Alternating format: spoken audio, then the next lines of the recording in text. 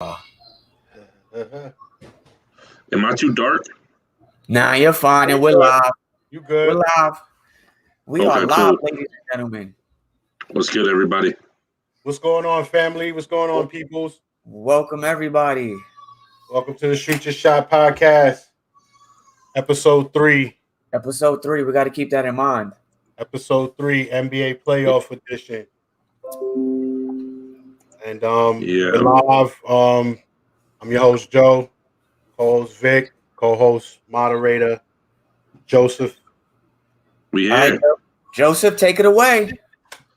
Hey, I just want to say, aside from the bullshit with the fans last night, I was so proud of my Knicks team. We were down 12, I think, at the end of the third quarter.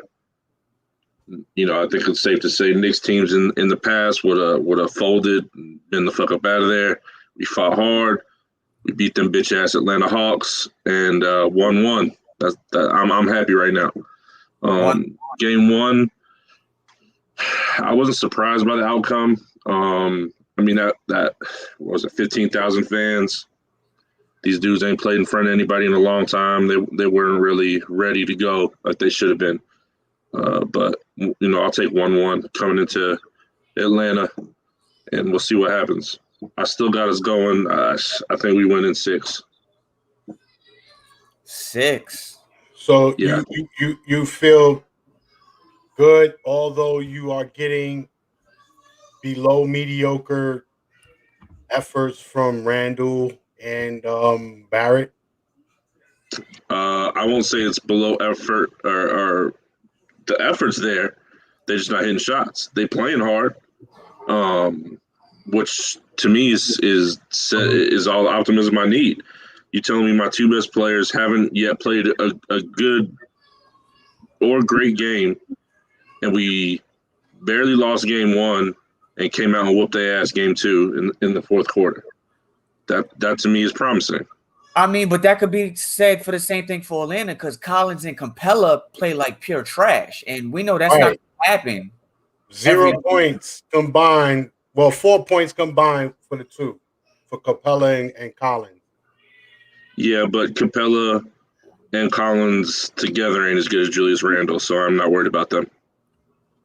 They're not, but they're factors. They're definitely And let me get this straight. I am a John Collins fan. I do like him. I like his game. I don't think Atlanta utilizes him the way that they should. I mean, the fact that he didn't do shit last night tells you right now, like he's easily should be their number 2 option behind Trey on offense, and he was a non-factor the entire game. You know, I don't know if it was our defense. I don't know if it was their game plan. I don't know what it was. It seemed like, you know, with all the shit talking Trey was doing to our fans and back and forth, it's kind of like they wanted him to just be the dude. But I'm well on record saying Trae Young is not that dude. You're not gonna win a championship with him as your best player. You damn sure this team not gonna win shit with him as their best player. So I don't think he's the dude you could just put it all on his shoulders and say, go win it for us, like, you know, like Doncic or I can't even say Randall because his teammates are stepping it up. He hasn't done anything yet. What was his stat line last night? Though I'd be curious because I know he still got it. Yeah, 15 points, 12 rebounds. He came on late second half. Yeah, and he hit big shots down the stretch too. So, I mean, I'm not gonna sit here and say that's a terrible game. That's a good game. I mean, you probably want a little more, you know, especially, you know, he just got announced as, you know, most improved, like we all predicted. Yeah, that was a good. Yeah. But you kind of want a little bit more than that.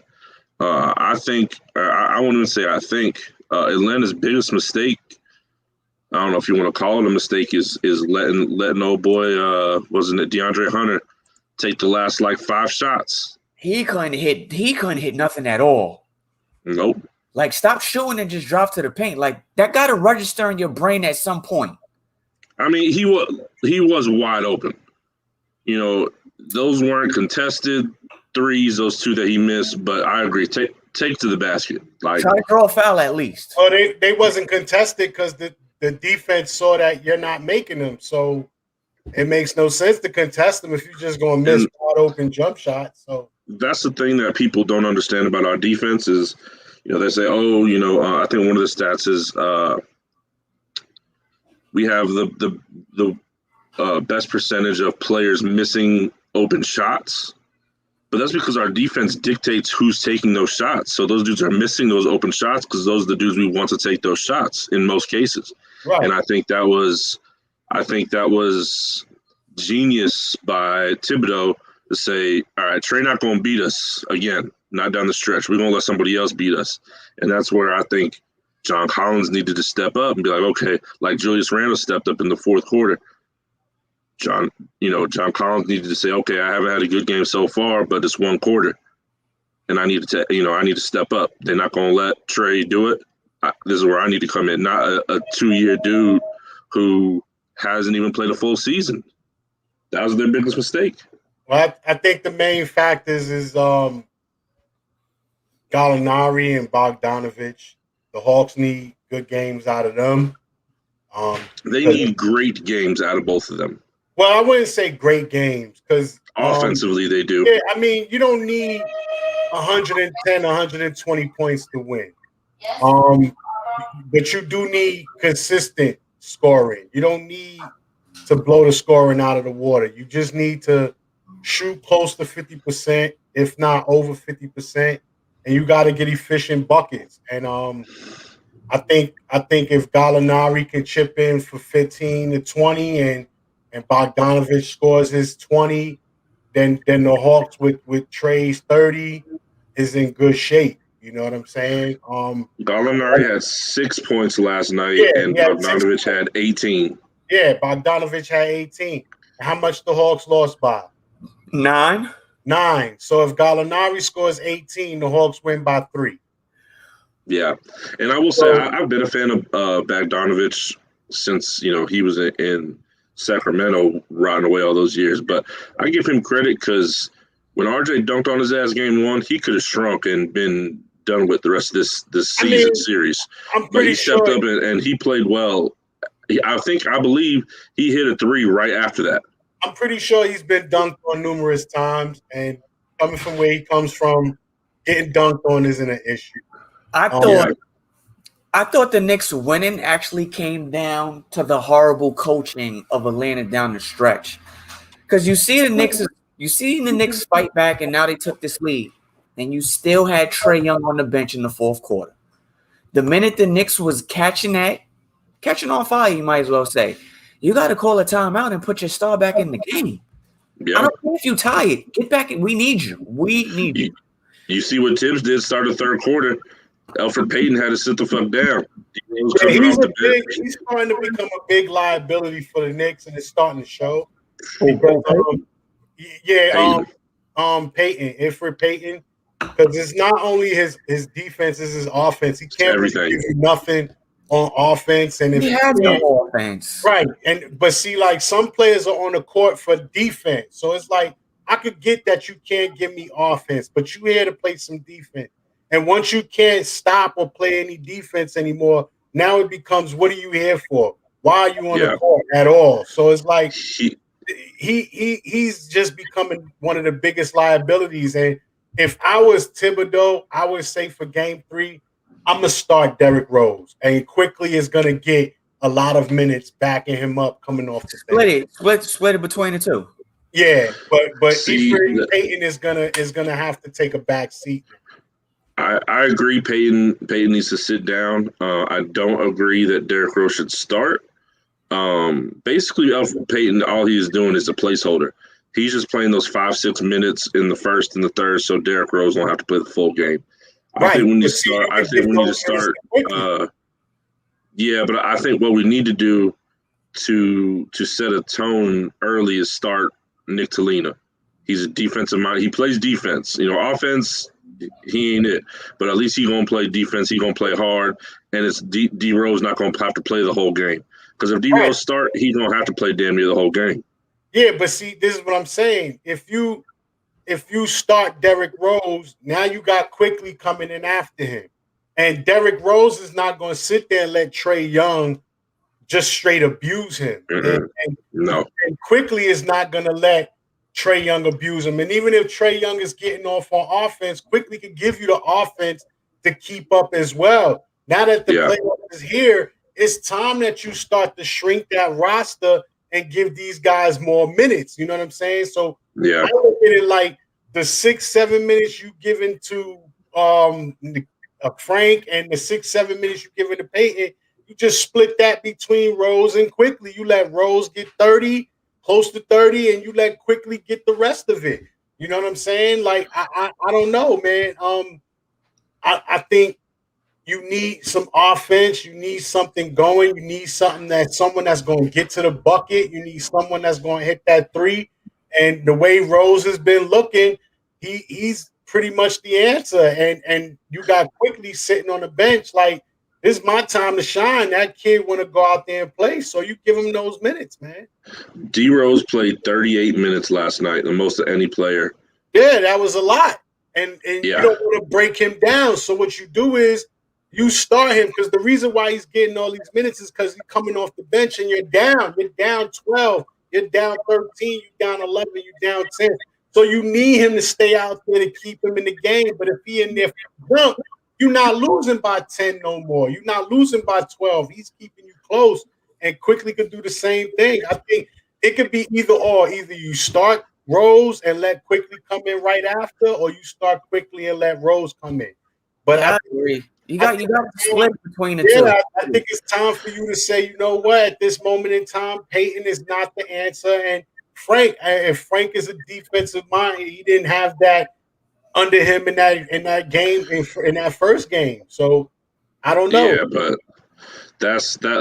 Like I told you, I completely disagree with that. You can't bring a dude off cold. He had no minutes that whole game. You bring him in for one possession. You know that's never going to work. That was bad. Yeah. What do you think is going to happen in the beginning of the game? Like Trae Young, a guy like Trae Young is coming in pumped. He's coming in amped. First quarter, he's ready. You know what I'm saying? So you need somebody to match that energy, to match that offense quick. And I don't think Frank could do it. You know? I'm not saying he can, but he's the best option. I just think Tibbs is trying not to make the same mistake with D Rose. I mean, I look at it like I don't think that can happen because D Rose is not the first option. Right. He had to because of the game Barrett and Randall was having. But as far as Randall and Barrett goes, they supposed to be the 1 and 2, and Rose supposed to just give them that extra push.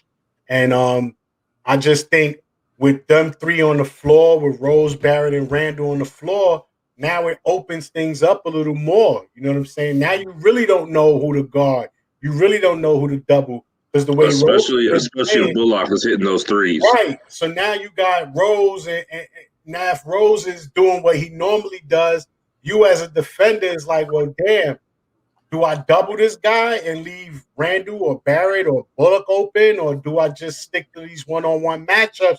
And Rose is smart. He may not be as fast as he used to be and as quick as he used to be, but he's smart. He knows how to get the spots, and you can see that the way he get the spots and hit floaters and runners, like it's a total different game from him.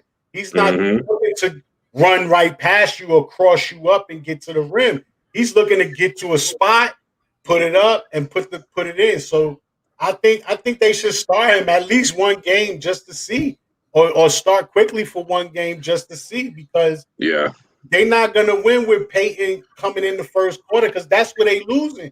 They losing the first quarter's bad. You know what I'm saying? They losing in the first quarter. They're getting blown out in the first quarter, 27-20 in the first quarter in game 2. Game 1 was the same thing. They're getting off the slow starts in the first quarter, down by 9, down by 8. And it's like you got to force your way back into these games. And that's what's going to get your players hurt. Yeah. Well, I don't want to spend too much more time on it. What are y'all predictions for this series? Who y'all got winning? I see it going game 7. I mean, but if the Knicks could pull off a game 3 victory, then that might shift it to 6 games. But as of right now, I see it going 7. Yeah, I see it going 7. Either way, I don't think there's really a definitive pick. I mean, if you're hometown, you're gonna pick the Knicks. If you're hometown, you're gonna pick the Hawks. It could go either way. Flip the coin. Whatever it lands on, that's who's gonna win. Honestly. Cool. So the other 2 games last night, we ain't even going. These were all both blowouts. I'll just ask this: do either of y'all give Washington or Memphis a chance in this series? Okay, Joe. Let Joe take the Washington and Philly series. That Washington and Philly series is over. Especially if that injury to Westbrook has any significance to him. Even without the injury, it was over in 4, maybe 5. I didn't really give Washington a shot because they're too erratic. They're not under any control. They are a hit or miss team. They can give you 140 or they can give you 98 any given night. They can shoot close to 50% or they can shoot 38% from the field. So it doesn't matter. I think Philly is just more experienced, more locked in, more focused. They know exactly what they want, and health is a thing. They're healthier, so I don't see that series going any longer. As far as the Memphis-Utah series, you see the difference Mitchell made, but I do feel Memphis has a lot of heart in them, and they'll still at least one more game. So I got that series going 6, and I got Utah winning. I got Philly in the sweep. Philly's just too much for Washington. This is a waste of a series. Like, let's just end it now. Don't put us through this torture. Utah, Memphis. I'm the opposite of Joe. I think Donovan Mitchell coming back is gonna give Utah what they needed. They needed that fire, and Donovan brings that. Me personally, I don't see Memphis winning another game. If Donovan and Conley can play the way they played last night every game, it's going to be hard to beat Utah. What was the one thing we said about Utah? Can Conley stay healthy? And can Conley stay consistent? Because we know Donovan's going to be Donovan. We know Rudy's going to be Rudy. We know Bogdanovic is going to do what he needs to do. But it all came to Conley, in my opinion. Can Conley be consistent with that 15 to 20, 5, 6, 7 assists every night, play hard on defense? Can he stay healthy? If he can, I don't see it going past 5. Conley had 20 and 15 last night. And Donovan had 25 and nothing else really. Two. He had two. But the issue, come on, Memphis scored 14 bench points. They put a lot of strain on their starters. They don't have a bench. They really don't. But I don't see Grayson Allen going 0 for 6 every game. No, he'll go 0 for 4. Huh? He'll go 0 for 4 next game. But then he going to try to listen. If it comes down to it, he's going to try to take somebody out, man. Yeah, we know that. He going to go for them knees. He going to chop block somebody. He going to get his NFL on. So I don't know, man. I just look at it like Memphis is one of those tough teams that on any given night you can't underestimate them. You really can't. And I don't see them just rolling over playing dead. Yeah, Donovan Mitchell is back. He didn't look the greatest. It just was like an intimidation factor. And I think Memphis can get over that. I think Memphis can get over being intimidated by Donovan Mitchell and going out there. You see Ja didn't back down. 47 points. Like, he didn't back down. He gave them everything he could. And it was just a supporting cast. And they still got blown out. I mean, at one point it was. At one point it was. At one point they were down by less than 10. So it's like what happens is you got to learn to lock in on defense, and that's another issue for Memphis. They don't really play defense, and I don't know, man, but I do feel they could steal one more game, especially at their home. It's going to be hard. It's not going to be easy. They can still. Yeah. And Utah also. Utah is a team that can go cold. You know, we done seen Donovan Mitchell shoot bricks. We done seen Conley do nothing, be quiet. You know what I'm saying? Other than and Ingles and all of those guys, Clarkson, we seen those guys put up a stinker. So that's all you need is one game for them to put up a stinker to build momentum. Can Ja put up 47 again? Not a game, but I don't see him scoring less than 25 this series. He's going to give you. But is that enough? He's going to give you 25 and better every game. Is that enough? It's not enough. I mean, it's enough from him. Now, is the supporting cast going to help him? This is what I'm saying. Like, when you play in Utah, no one man can beat them. You're going to need your whole team because Utah got like 7 guys that can give you 20. I mean, he had help from Dylan Brooks. I think Dylan Brooks put up what? Yeah, 23. Oh, yeah, 23. Yeah, but still, Alex didn't really have a great game. I mean, if you look at it, it's a defensive thing, and if you look at the plus minus, they got killed when they bench was on the floor. Grayson Allen was a minus 23. Melton was a minus 16. Bain was a minus 14. If you look at their starters, the only starter that had a minus was Ja. He was a minus 6. But other than that, every other starter was in the plus. So if you need someone that's gonna help them, if you're gonna get someone to help them, then that's the key right there. They just need their team to play better defense. They need a bench because when Ja's out the game, it just don't look good. It just don't look good. Yeah, the bottom line, it comes down to 2 things for me. Utah is a complete team. Right. From top to bottom, they're a complete team. If somebody's having an off game, somebody could fill that spot. Right. And number 2, Donovan Mitchell is pissed off right now. And I think he's going to try to prove to Utah, like, yo, I am this franchise right now, and y'all need to realize. So I see him, it might take him another game to really get back to it, but he's gonna let them know these playoffs that he's what we think he is. Well, I do feel somebody needs to help Ja, and that bench needs to step up a little more. And if they lost by what? They lost by 12. So if you can get that bench to give you 12, 13 points, there's a whole nother game. Like, I mean, it looked like a blowout because they was destroying them basically the whole game. But at the end of the day, you lost by 11, 12 points, which is not much when you consider the fact that your bench didn't do nothing. You know what I'm saying? So if you can get that 11, 12 points from somebody somewhere on that bench, and we talking a whole different conversation right now. 141 points is a lot of points to give up, though.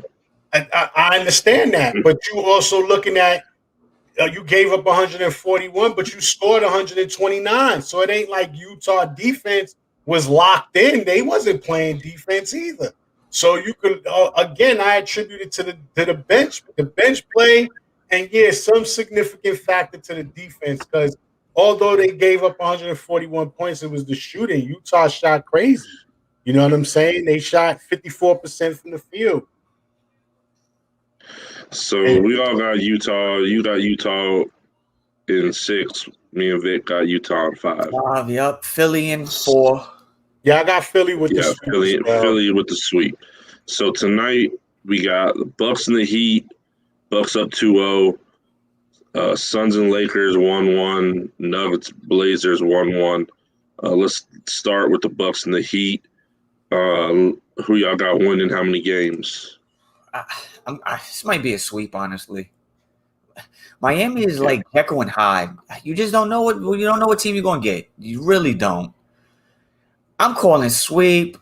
I think that added the key factor I always said with Milwaukee from the beginning of the season was Jrue Holiday. Jrue Holiday is their key to winning a championship. It's not Giannis. It's Jrue Holiday. Such an upgrade over Eric Bledsoe. Huge upgrade. He can play offense and he can play defense. Yeah, I agree with that. What are we going to get from Jimmy and Bam? What are we going to get from them? I'm a big fan of Jimmy Butler, but he can't do it all, alone. That team is way too inconsistent with way too many dudes that I think are a little overrated because of some moments they had in the bubble. Tyler Hero. Yeah, Harrow and that other white dude. Robinson, Robinson. Yeah. he could shoot the light now. I'll tell you that. Yeah, but he can also get cold and disappear for very long stretches. I don't think Jimmy has enough help. I think the Bucks are pissed off from last year. I think they were the better team last year. They just didn't show it. Yeah, it's gonna be a sweep. Yeah, I'm calling sweep. Jimmy might be able to get him a game, but yeah, it's looking like a sweep for me. Yeah, I don't know, man. It's like you know your strengths and you know your weaknesses. Like, I just don't get why players don't play to their strengths and bother to do something that they know they're not good at. You're not a great 3-point shooter. So when you're not a great 3-point shooter, I don't get why you taking 3-pointers. You are good at hitting the mid-range, and you are good at getting to the rack. So I just don't understand why you were trying to why you trying to shoot threes. I don't know. They did get their asses handed to them the last game. I got Milwaukee winning in 4, maybe 5. I just think Milwaukee got too much going on. And it does start with Jrue Holiday. But on top of that, Jrue makes Giannis' game different.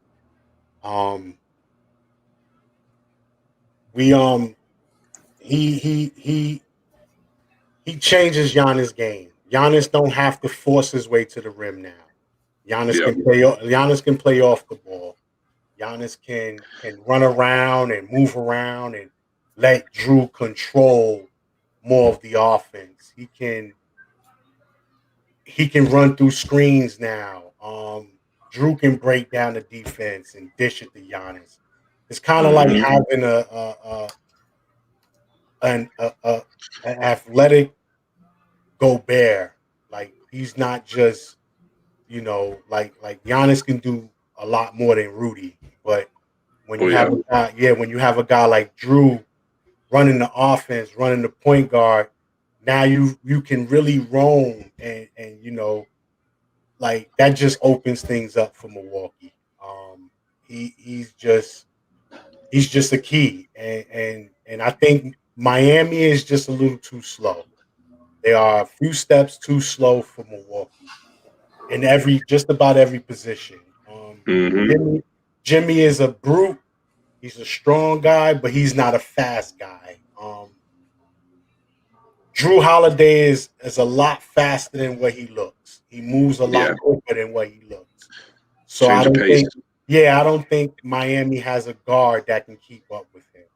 I think it's about over for Dragic. I think he's too slow for the league now. Yeah, he's definitely too slow for them guys. Especially to be a starter. Right. And then the key is then you got Middleton. Middleton is possibly the slowest guy on offense because his game don't really consist of speed, but he knows how to do everything too well. He knows how to hit the mid-range. He knows how to hit the 3. He knows how to run through screens. He knows how to get to the rim. He can shoot free throws. So even though he's not the fastest or the quickest, his game is kind of like the most complete when it comes to that Milwaukee team. So they just got a little too much going on to where it looked like I said, it looks like it's 9 against 5 or is 7 against 3 when they're on the court. Miami don't have 5 guys on the court at the same time that can control offense and score. So they have to help with defense. And you can double those guys when Miami got the ball. But when Milwaukee got the ball, who you going to double? You can't double Giannis. You can't double Jrue. You can't double Middleton. And if they want to put a guy like DiVincenzo on the court with them, or even Lopez on the court with them, now you got 3-point shooters that you can't just leave alone now. So I just think Milwaukee has too much for them. I think Miami fucked up by drawing Milwaukee in the first round. I think they would have been better off playing a Sixers team or something like that. Well, they were trying to get that. They were trying to get that 4th spot to play us or Atlanta. Well, yeah, the Knicks. If they would have been able to play the Knicks or Atlanta or a team like that, that would have helped. But the fact, I would have tried to say, you know what, fuck it, we not getting that. Let's drop and try to play either Brooklyn or Philly.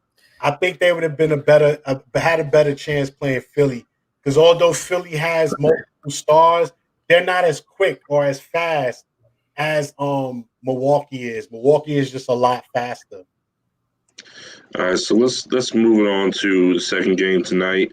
Suns and Lakers is tied 1-1. Who y'all got winning tonight? Who y'all got winning the series? This is in LA. This is in LA. How healthy is Chris Paul is the question. That's always the question. Oh, unfortunately, it's always the question with Chris Paul. If Chris Paul is at least 80%, I'll go with Phoenix. Yeah, I think done in about. Phoenix has the better team than LA. About another half hour. Of course, LA has the best player. But if Chris Paul can give you at least 80%, 14, 15 points, 7, 8 assists, I'm going to go with Phoenix. But if he's not healthy, I see LA winning in 6. Yeah, it's all going to come down to Chris Paul's health. Chris Paul at 80% is better than any point guard LA has. Schroeder, he's good, but his problem is he's always thought he was better than he is. It's why they ran him out of Atlanta. I mean, they pretty much got rid of Jeff Teague to get him the starting spot. That wasn't enough for him, so they got him up out of here. He just think he's better, and Chris Paul has a way of exposing dudes like that. So even at 80%, I think Chris Paul could take advantage of that matchup. But it all comes down to how healthy he really is. If it's not that bad, he could consistently play the rest of this series at 80, 90%. They'll be all right. It'll probably go 7 games.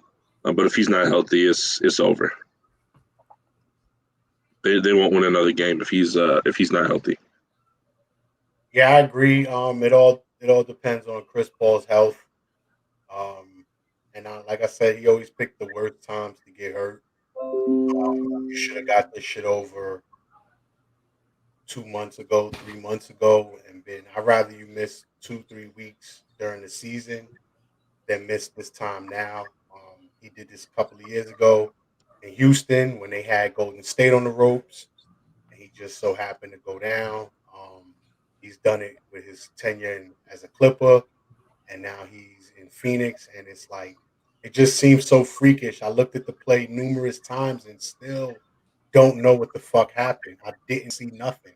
I don't see where he pulled it or what happened or who hit it or what hit it.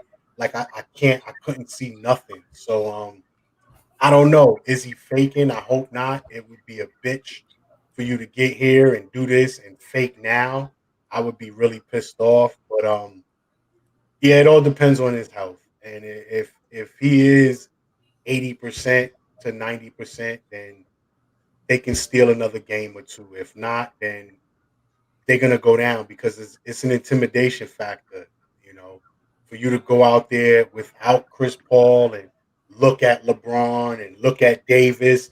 Now it's like, shit, what are we gonna do? Now you need an 8 from everybody. But if to build off confidence, you look at it like the Lakers won game 2. It wasn't a blowout. You was close. You almost had it. And CP3 looked like shit the whole night. So it's a confidence booster. If you can get someone else to pitch in and do something, then maybe you can steal a game without Chris Paul.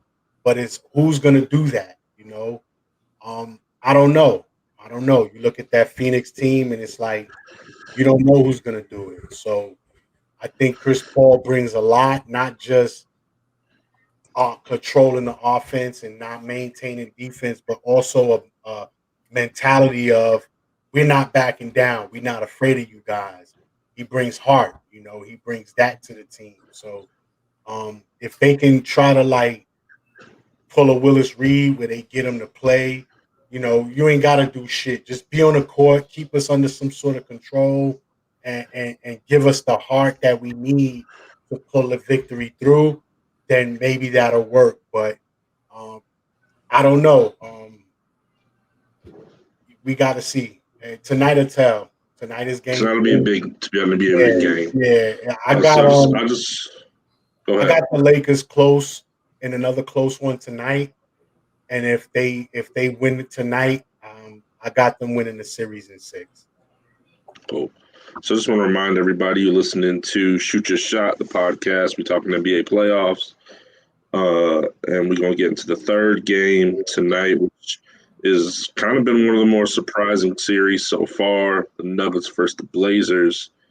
Let's talk about that, and then we'll talk about the other, I think, like 2 series that's left that don't play till tomorrow. So, Vic, let's start with you. Who you got tonight? Who you got winning the series? Sheesh. I think this series is going 7. I don't see either team winning more than 1 game in a row. I see each game going back and forth like tennis. I just see it going back and forth. I'm gonna go with Portland tonight. They're home. I think the crowd is gonna be loud. It's gonna be intimidating. Dame time. I think CJ is gonna come out balling. Melo, Norm, Nurkic. I think they're all gonna come out fired up. So I don't see Denver winning tonight. I'm going Portland tonight. Series wise, well, this one's tough. Like I said, this one's tough. 7. This one's a coin toss once again. Denver or Portland, either one can win it. Honestly, I don't really have a pick. If you gun to your head, you got to pick one. If you put a gun to my head, I'm gonna go Portland because they have the best player in the series, which is Dame. So I'll go Portland off of that factor. Joe. I got it going 7, but I kind of feel the opposite of what Vic said. I do see a team winning 2 in a row. I got Portland winning the next 2 at home and Denver getting in some sort of trouble, and then Denver winning possibly the 2 after that. And then I got Portland winning game 7. I do think star power matters and pressure matters, and Portland doesn't have the pressure like Denver. Denver's under a lot more pressure. Even with Jamal being gone, I still feel Denver's under pressure. People expect them to win. People are expecting them to win. So they just have a lot more pressure. And they're with the 3 seed, right? Yeah, they're the 3 seed. I don't know. And I just think Portland has too much under control stars. Like Lillard is under control. CJ is under control. Melo has been there numerous times, so he's under control. They have the mindset of, look, this ain't nothing new to us. We can go out there. We can win this game. Game 2 is another one where they had a bad game. It was just a bad game. And they did what they were supposed to do, steal one in Denver. And now that the series is shifting to Portland, Portland will win both these games at home because I don't think Denver has the power to pull through. If it was Jamal Murray and Joker there, then different series. Yeah. But without Joker, I don't see Gordon stepping up. I don't see Porter Jr. stepping up and taking over this game. It's all on Jokic. It's him or nothing. And Portland is okay with letting him. Like, yeah, you do you. What has Joker not been getting? Assists. He had 1 assist in game 1. Like, when has Joker ever had just 1 assist? So Yeah, he's only averaging 3 assists for the series. You want to go out there, you want to score your 30 points, your 35, your 40. Shit, we'll give you 50, bro. You want to score 50, go ahead. But you're not scoring 50 and dishing out 10, 11, 12 assists. That's not going to happen. So I think Portland is being smart by controlling Joker passing game, and that's how they're going to win this series. Now, the one way Denver can shift things, and they did it during the second half, I hope they stick to it, is they did put Gordon on Lillard. Gordon is a bigger body. Gordon is longer. He could stick up with him, and that's where Lillard get frustrated. So if Denver's smart enough to stick with that for another 3-4 games, then they can keep it competitive. If not, then Portland is going to take these next two. Denver will win one more. Then Portland will win in 6 or 7. So I agree with everything that y'all said about Portland. If I was going to pick with my head, that's who I would pick. But I'm picking Denver for one reason and one reason only. There have been rumors that if these playoffs don't go well for Portland, Dame's going to want the fuck up out of there. And we got the picks and the young players to get them. And I want Dame over in NY. So I'm picking Denver so we get our disgruntled Damian Lillard in New York. Nice. So he could be more disgruntled. I love it. Nah, he come to New York, we giving him whatever he want. I mean, think about it. What has Portland done to get him the proper help that he needs? I think he has a pretty good supporting cast. It's been inconsistent. He's the 6th seed. But he has He's the 6th seed. You would have to trade for him. He's not leaving. He's not a free agent. That's what I'm saying. No, that's what I'm saying. We got the draft picks. We got the draft picks that Portland would want, and we got young pieces that we could send their way. So you'll be willing to give up a quickly? No. We got players. We got young players that are not playing right now that we could ship over that they will take. Kevin Knox. I'll throw in Kevin Knox. Portland's not going to want Knox. They're going to want quickly a Barrett. Top end. Yeah. Like they're not going to want a Knox or Nikita. And that's the thing. It's not really about the players. It's more about those draft picks. Because we all know with these superstars, all right, player for player, you're not going to get equal value. All right, so now if we give them on the flip end, you say, what has Portland done to help Lillard? I look at it like, what has Lillard done to help Lillard? Like, you mean to tell me Portland hasn't put a team together to try to help this man do better? You don't think the issue might be Dame Lillard? In a normal circumstance, in the normal NBA, yes. But when you got teams like Brooklyn and LA and Philly with stacked upon stacked superstars, no, they haven't done enough. CJ McCollum is a good player. He can't be your second best player. He's going to have to be third or fourth best player on your team. They have not done enough. Melo is great. I just think Lillard, I think the key is Lillard's game is not about distribution. He's a scorer. He wants to score. Yeah. And I just feel like they don't have a distributor. They don't have a guy that's out there running the offense. To run the offense with a player that's looking to just score is a recipe for losing. You're not going to win that way. You look at Golden State. Although their point guard is a scorer, he's not the distributor, and the offense don't flow through him. You have Draymond Green, who leads the team in assists and runs the offense. So I think Portland issue is Dame Lillard just doing too much. Dominating. Yeah, you either gonna score or you're gonna get assists. You can't really do both because the ball is the ball is in his hands too much. You know, like you look at Joker. Yeah, he led the team in assists and points. But the ball is not in his hands too much. It's not in his hands all the time. He's not coming down with the ball. He's not walking the ball up the court. He's not running the offense to like everything is through him. Like the only time he passes when he get a bad shot. No, that seems like the only time Lillard passes the ball is when he has no other option. He has no other choice. He can't score nothing. You know, it's I mean, kind you of say that, but I'm looking at it. He still averages 7.5 assists for his yeah, career. but see, like numbers are skewed. Numbers lie. Like, you know, they say men lie, women lie, numbers don't. In 2021, numbers lie nowadays. Like they lie big time. You know what I'm saying? That's like Westbrook. Westbrook is averaging 11 and a half assists, 11 and a half rebounds, and 20-something points. So when you got putting up numbers like that, that should equal wins, right? No, it doesn't. It doesn't equal wins because these numbers lie nowadays.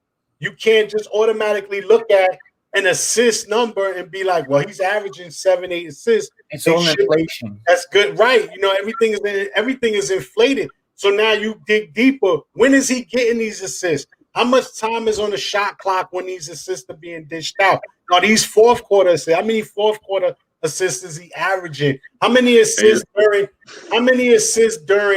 blowouts or how many assists has he had in close games? Or you know what I'm saying? Like all that plays a factor now. So I'm not worried about you averaging 7-8 assists. I just know for a fact the ball is in your hand for 80% of the shot clock, 80 to 85% of that shot clock, and for 60 to 70% of the game. And that calls for too much. That's just too much ball. And well, here's where I'm coming from.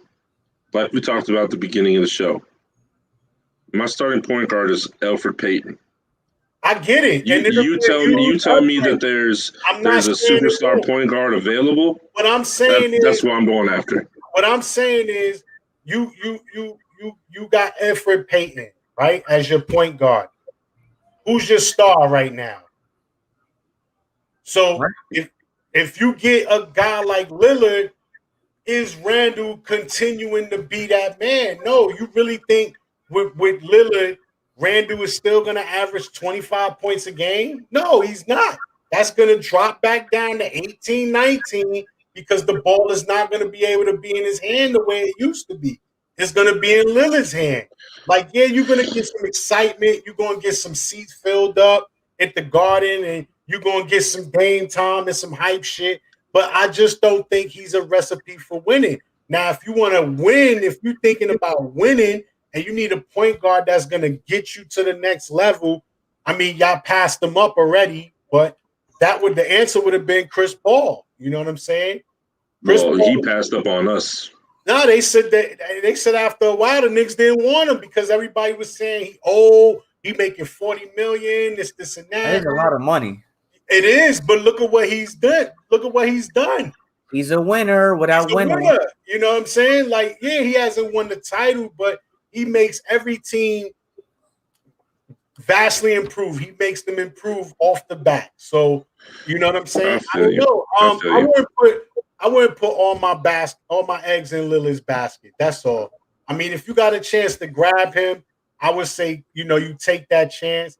But I would look more of a scoring guard that's not ball dominant, kind of like a Bradley Beal. If you can get a Bradley Beal, I would get him as opposed to Lillard, because then I could throw Quickly could be my new starting point guard, and you got it from there. I don't need Quickly to score 18, 19, 20 points a game. Just go out there, distribute the ball, play defense, hit open jumpers, and take it from there. I think Lonzo would fit the Knicks system perfectly. Lonzo as well. I would go after Lonzo if I'm the Knicks. Yeah, if I'm the Knicks, I would go with him. I'm just not a fan. Of who? Lonzo? Yeah. Are we not watching? Yeah, right? Like that man game has Where he at though? Where's he at? You're talking about not winning. It's not about him. It's not like he was on a team with nobody. He's not the main focal point. And he's not the reason why they losing. It's Zion. I'm blaming Zion. It's a team effort. But let's get off this. Let's touch on these last two games real quick. because Brooklyn. there is Brooklyn a and couple. Curry. There's We don't a even couple need other to things I talk want to about talk about. that Yeah. series. We don't even need to talk. Here, this is the one thing we do need to talk about. Minus the final, we won't talk about the finals, playoffs. Over under 2 losses for Brooklyn in the playoffs. Over Not under 2 counting- losses? Oh, Yeah. over. Over 2. Over 2. Do you I'm know? gonna take. I'm I'm not talking about the finals. I'm talking about just the Eastern Conference playoffs, just the playoffs. I'm gonna take 2 even, and Yeah. and that's gonna happen. It's gonna happen one time in the Eastern Conference Finals, and then one more time in the finals, and that's gonna be it. They're gonna sweep Boston. They're gonna sweep the second round. They're gonna win the Eastern Conference Finals 4-1, and then they're gonna win the NBA Finals 4-1. Yeah, I The see. 2021 NBA champions are the Brooklyn Nets.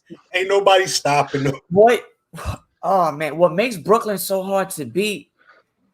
They have a 3-headed monster, right? So, are you ever gonna have a game against them where at least 2 of their stars is off? Highly unlikely. You might have a game. Okay, Kyrie is off. You still got KD and James. Bro, they Cool. just won a game where Joe Harris was their second leading scorer. 26. James might be off one game. Cool, not a problem, James. Kyrie and KD combined for 90. Not including with Joe and Brown and Shamet and Blake. It's just too. It's just too So much. over under 2 games. We're not spending no more time. Over under. No, it's not the Brooklyn podcast. No, all right, 2. I'm going at 2. No, 2 no more even? than 2. 2. Okay. 2 even. All right. So then we got Clippers and Mavericks. I don't want to spend a lot of time here just because I don't know. The Clippers had trouble with Dallas last year. I don't know what it is. Dallas seemed to have their number. The Clippers are not a complete team. They're not a complete team. They're not a whole team. Tyronn Lue fault. They focus on the wrong body parts. You know, they put arms where legs supposed to be and legs where arms are supposed to go. No heart. And they ain't got no heart. No heart. They got a lot of attitude and a lot of yakety yak, but they don't have no heart, no intelligence. Their basketball IQ is very low as well. Kawhi Leonard is the smartest player on that team. He has the highest IQ on that team, but everyone else is dumb as shit. They're dumb. And Rondo has a basketball intelligence, but everyone else is not smart.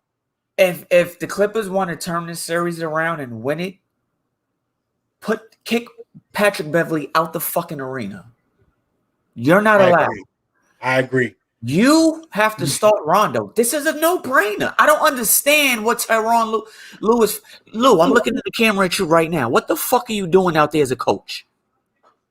He works for the Lakers still. He still works for the Lakers and LeBron. You have to start Rondo at point guard. How hard is this? I don't know. But he's not the only issue. Like Beverly is not like game 2. Max Kleber almost outscored 3 Clipper starters. Where's Zubac? He disappeared. 3 of them. Kleber scored 13 points by himself. And Zubac 3 Clipper starters combined for 14 points. Where's Morris? Morris he needs to go switch with his brother. He forgot how to score. He was balling all season. Played good all season. They need to do something because, like I said, I don't know if they doing this on purpose. They trying to sabotage Kawhi on purpose or sabotage the Clippers on purpose, but this is not the team. Like I said it, I was saying it all year. Like I never trusted them. Like they never looked dominant. Why? They didn't earn that trust from last year.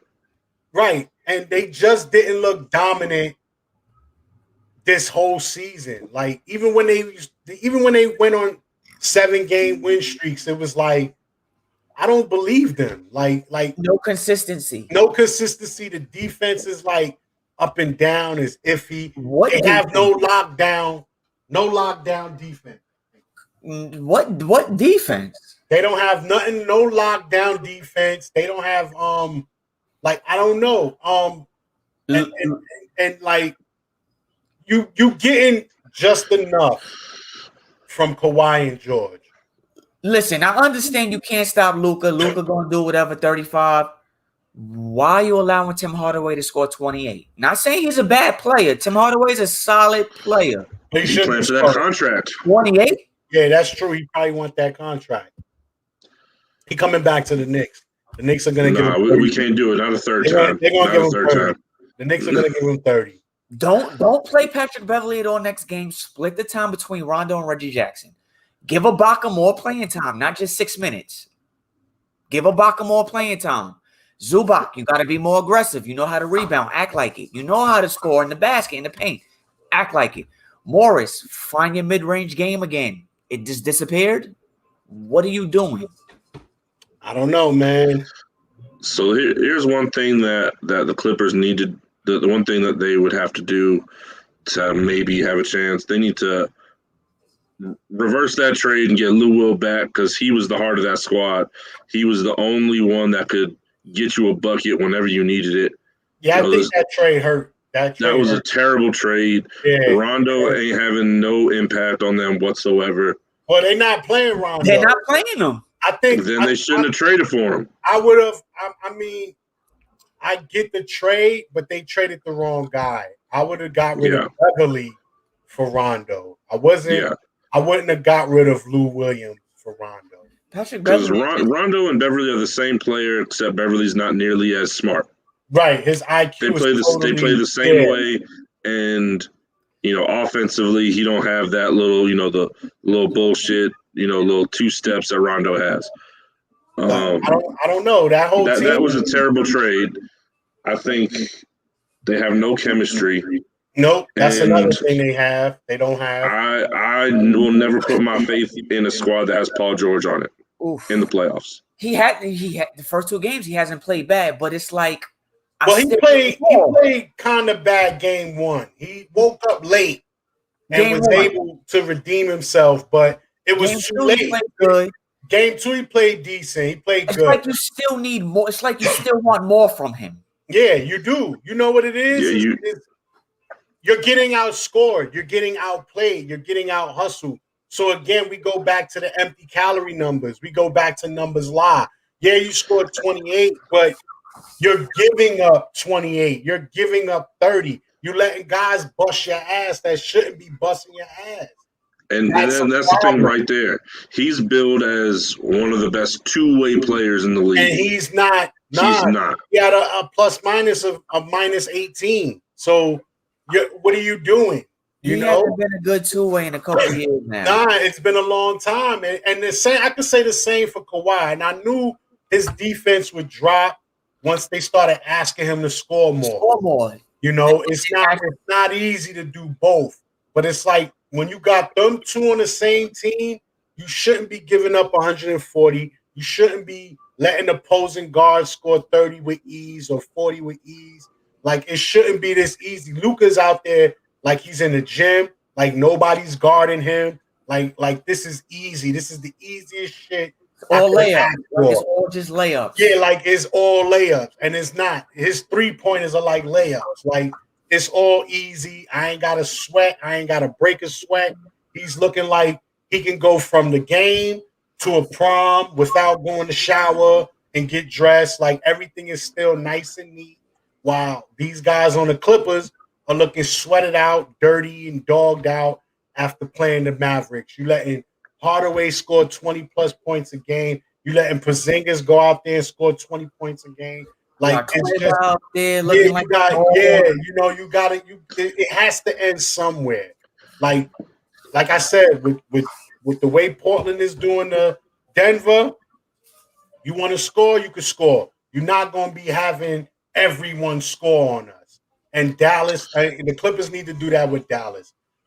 Let's make it real quick. Who y'all got winning the series? I got Dallas winning the series. Yeah, right now Dallas. Like, Clippers. And I said I hope they sweep them, so that way the Clippers will know this shit ain't easy, and they make some changes. They're not showing no fight, no heart. No, so I really hope on pure talent. Which I really hope the Clippers either get swept or lose in 5 embarrassingly. So, yeah, I'm with y'all. I got Dallas taking it as much as I hate to root for Porzingis, but yeah, Dallas taking it. I think in 5. So we at about an hour. I'm gonna take us a little past that today, just because we missed on Tuesday, not too much. We're gonna talk about the poll that we did, and then I got a little quick soccer segment. I'm gonna end it with.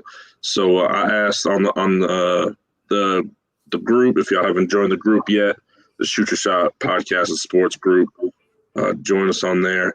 I asked who has the worst, most annoying fans.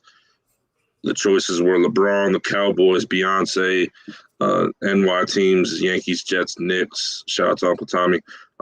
Boston in every sport, the Eagles, the Red Sox, and Drake. It was overwhelmingly LeBron with Dallas.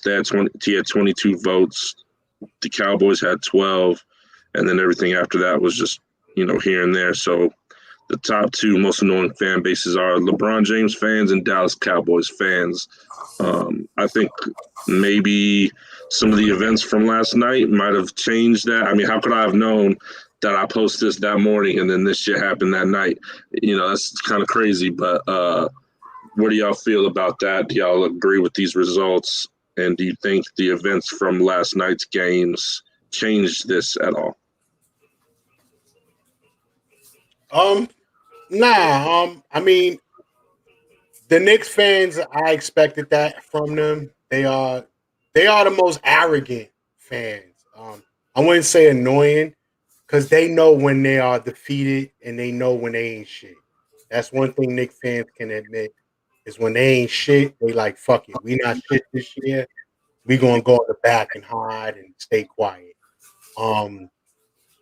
As a baseball fan, Yankee fans are somewhat annoying because they can go years without winning and 27 championships, 27 champ. Like, that's all they talk about. And 90% of them weren't even alive when the bulk of those titles were won. So I got them up there. But I totally agree. LeBron fans are the worst. I hate getting into debates with them. They talk about the most asinine shit in the world. And on top of that, they can't admit fault or wrong. And that's where sports get annoying. Like, when you can't admit fault and wrong and everything is just an excuse, then it's like there's no debating, there's no talking. We can't get into this. And I think that's where them and the Cowboy fans go hand in hand. Cowboy fans are another one. They haven't won a title in God knows how long, and they still scream, "Oh, 5 titles, 5 titles, 5 titles," and it's like, enough of that shit. We don't care what y'all did in the past. What have you done for me lately? Why should I root for y'all now? And there's never any answers to that. It's always an excuse. It's never any fault. It's always someone else's fault, someone else is doing, and it's like, I'm not beat for that shit. So I agree. Bron fans are number 1, Cowboy fans are number 2, and as a baseball fan, Yankee fans come in number 3. But he has on a Yankee hat. I just want to point that one out. Just saying. I'm going with Dallas number 1, actually. The difference between Dallas and LeBron has put his team in position to win 17 years straight, damn near. Just him? Well, I mean, he's the main factor. He's the star. Granted, that man has had great help. Granted, he needs 3 Hall of Famers. I get it every year. I get that. But great help, man. Great help. But he is always in the finals, or at least in the conference finals. With Dallas, yeah, you haven't won since '96. When was the last time you won a playoff game? God even knows. But every year, it's our year. This is our year. This is our year. No, it's not. Shut the fuck up. Your team is bad. Your owner's an idiot. Your GM is an idiot. Your whole organization is idiots. We're America's team. You haven't been America's team since '96. Where did that come from? Huh? Who gave them that title? Like, I don't know. The Patriots Jerry Jones team. Like I be hearing these nicknames, and like I seen a meme where Kawhi is looking at like where they come up with playoff people. Who gave you playoff P? Like who gave the Cowboys this name? Like I never got that. I don't know. They're we're America's team and we're gonna win it this year. You haven't been to a Super Bowl since '96. I don't even remember the last time you won a playoff series. I'm ready to Google that shit. Like who gave the Cowboys that nickname America's team? Because I don't get it. I don't get it. I figured Green Bay would have a title like that over the Cowboys because they like the oldest team. They were winning titles before, and the Vince Lombardi Trophy. I don't know. I don't know where that came from. Brett Favre, you think of Brett Favre as the American, the All-American. Yeah, like I don't know. I just don't get where the Cowboys got this name. It probably was a Cowboy fan and somebody just ran with it. And then it spread it like a wildfire. That's crazy. They're not America's team. You're a horrible. I live in America then, because they not my team. You're a trash organization. You haven't done nothing in over 20 plus years. Your fans are all stupid and delusional. Shut up already, please. You're not winning nothing next year, the year before that. Can we put an end to this, please? Like, it's like, oh, Yeller, can we take it to the backyard and just get rid of it? Like, I agree. Enough's enough. I agree. Like I said, at least with LeBron, you have a chance of going to the finals. So I get the cockiness. Yeah, we're going to the final. Okay, you actually might go to the finals. Dallas, you might not even go to the playoffs. And you're in one of the weakest divisions. And you're in the weakest division. In the NFL. It should be a cakewalk, at least to the playoffs. And 6 games to win you the division, and you can't even get that. You should be able to get to the playoffs with ease every year in that NFC East. Like, dude, Joseph, take it away, please, before I keep on going. So I'm gonna say, I agree with the way the rankings came out. I got to go LeBron number 1, Cowboys number 2, only because when it comes to the Cowboys, I feel like with LeBron fans, they come and they search you out, they find you. You're not even on a sports page, or you're not even reading some sports related, and a LeBron fan could come out of the woodworks and be like, D-Wade was on the downside of his career when they won those titles, saying some crazy shit like that, and with Cowboys fans, they're not coming out to get you. If you come for their team, they're going to rep their squad like most of us would. They're not as boisterous. They're not as delusional. They are very delusional. Both fan bases are very delusional. But when it's time to get quiet, Dallas Cowboys fans get quiet. When it's time to be quiet, LeBron fans get louder. They don't know the definition of quiet. Yeah, it's always coming for you, and it's always some kind of made up stat. Like I said, that meme that I posted the other day, when it was, dude got hit in the face with the ball, was down 36 seconds. Joe Burrow down 78 seconds with a blown up knee. LeBron got poked in the finger 80 seconds. And I said, there's LeBron fans saying, oh, but it was a real big finger and his eye is real sensitive. Like that's the kind of shit that they come up with. And you just like what? Like you can come back leaving a LeBron fan the conversation just looking dumbfounded. Like how did we even get here? Like it's funny that you brought that up because a buddy of mine he compared LeBron to KD. Did you see the foul that KD did when he busted his shoulder and KD popped right back up? Like that's a real foul. He scar tissue and everything. And I said, well, if that was LeBron, he would have had the ambulance back up on the court. Yeah, Yeah, he would have wanted the guy to get suspended, ejected, everything. Mm-hmm. LeBron wouldn't have took that, with ease. But yeah, I can agree. Like them Bron fans, they don't have no time off. It's 365 days for them, even during the off season. So isn't that similar to the Joseph Duck when I say this, the Beehive? Yo, don't go for the Bayhive, bro. They watching, they listening. They coming for you. They gonna shut us down, man. I ain't got nice things to say about them broads. Because they will shut our shit down right now. Yeah, at 110 minutes, they don't give a damn. A little over and out, they'd be like, "That's it, shut them down."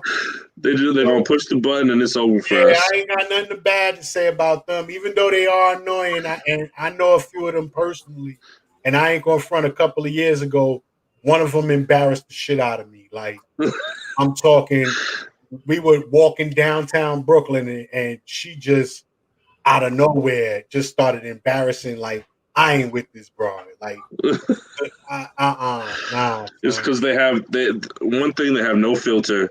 Nope. They do not give a single fuck about what you think. Nope. It's scary, man. It's scary.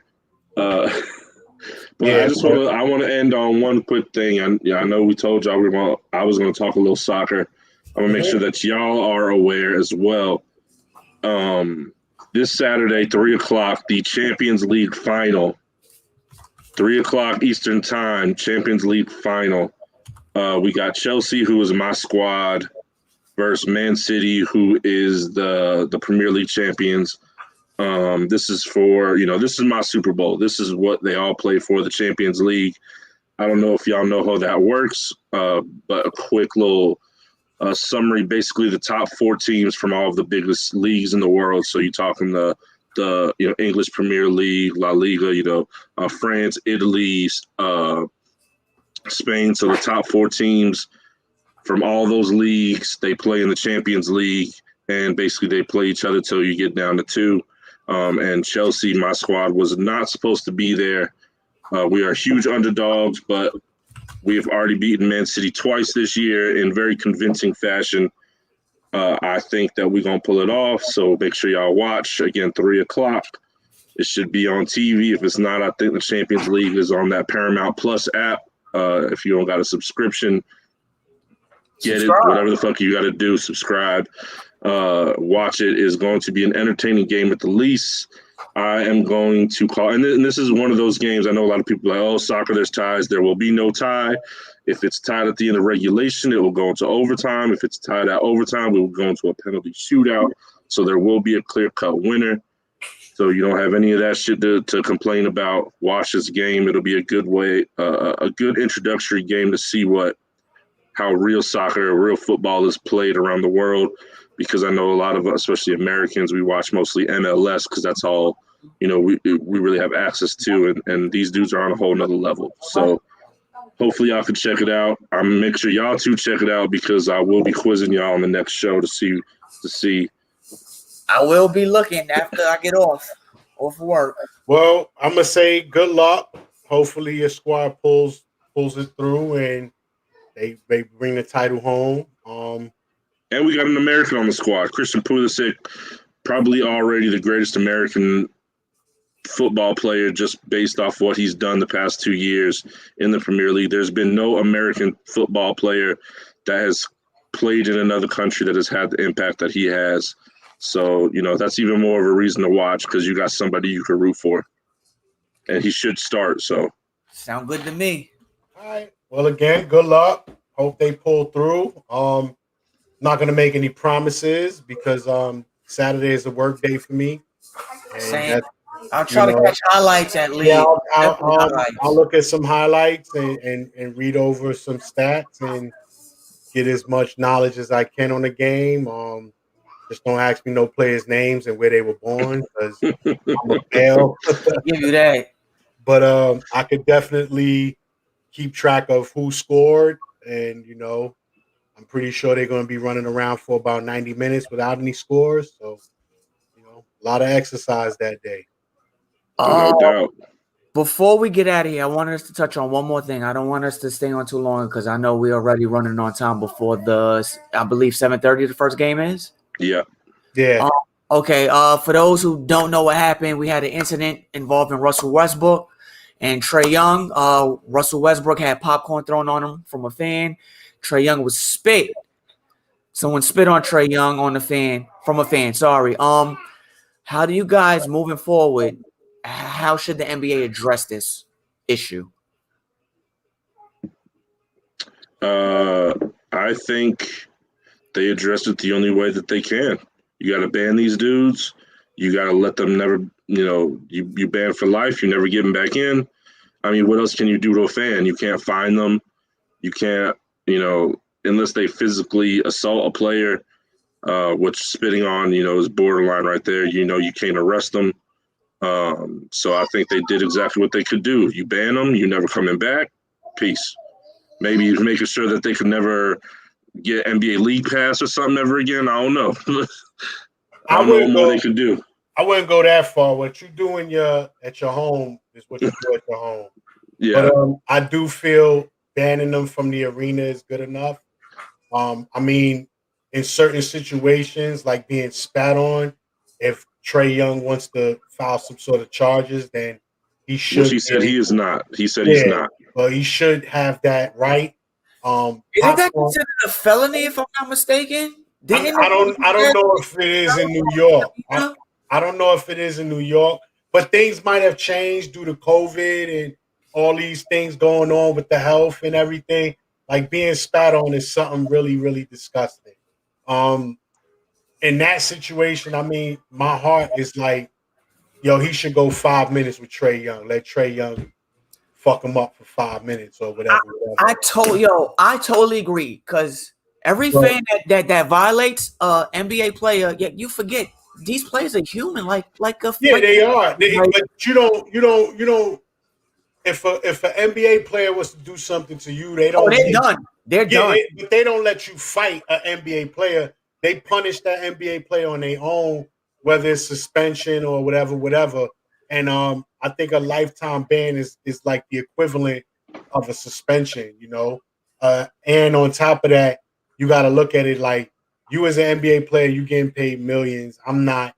I'm getting my season tickets revoked, and I'm getting a lifetime ban.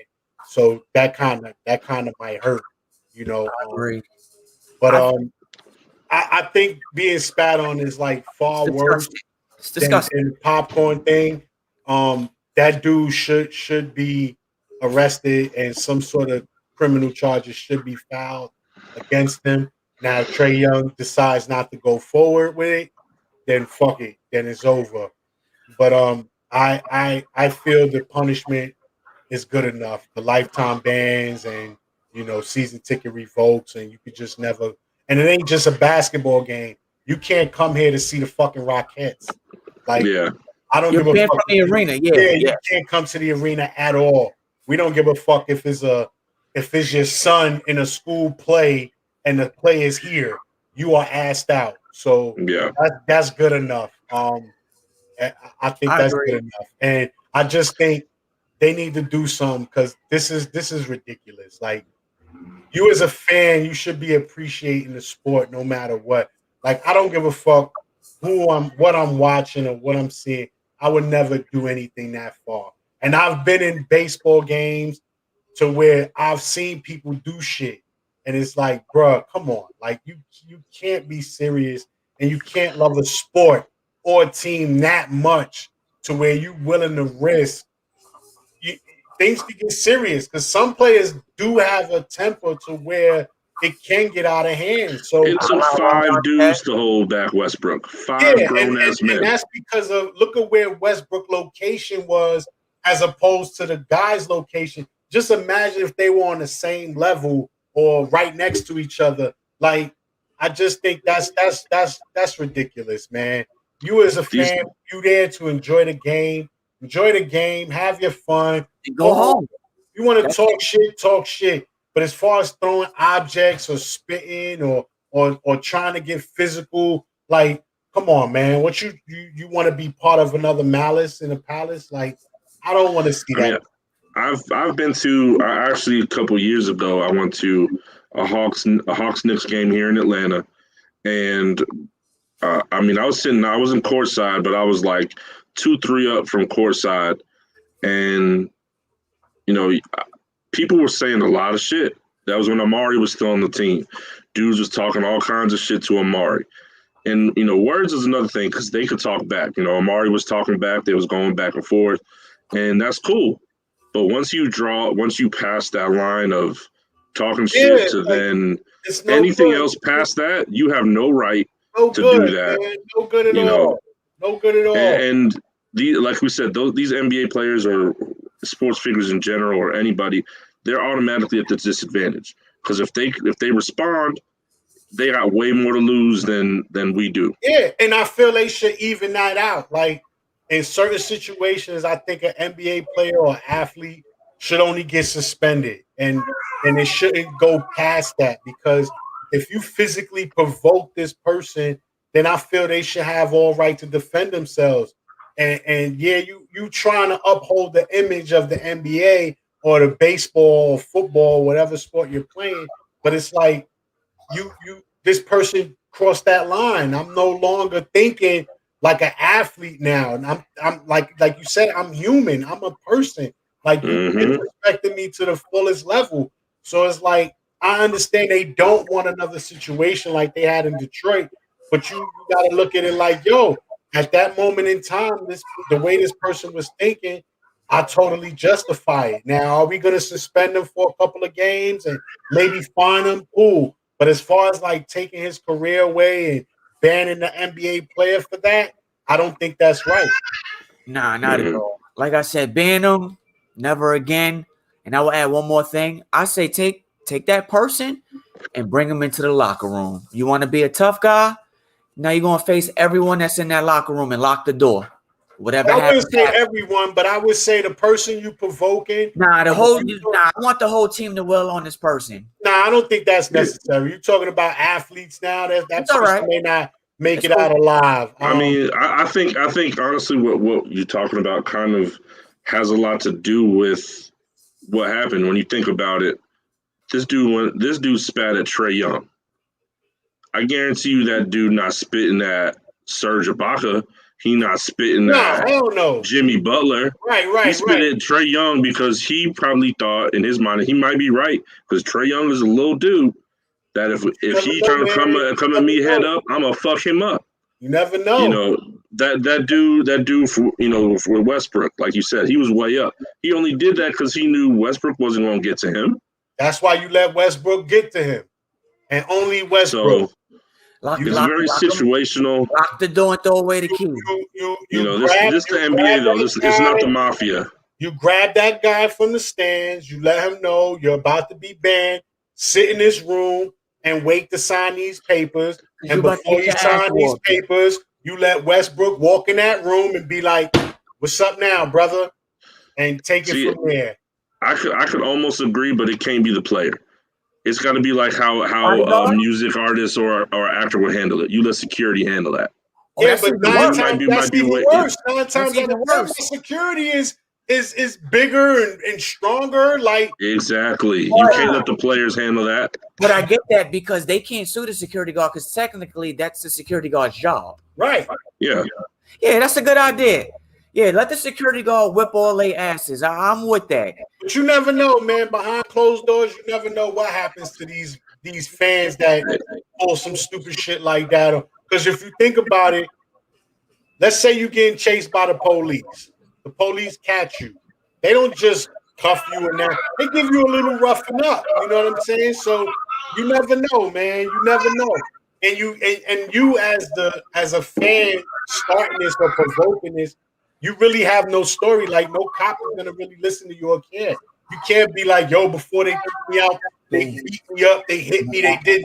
They're gonna look at you and be like, listen, we ain't trying to hear that, man. We know what you did.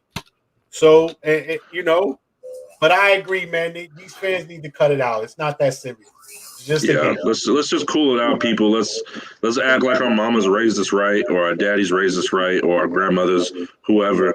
And let's just enjoy the fact that we got basketball back, So we're gonna get out of here. Yeah, it's already 7:25. And I guess with that, we should announce the new podcast, Two Fat Dudes and a Baby. Here we go. Real soon. That's The right. podcast. No, the camera's over there. There we go.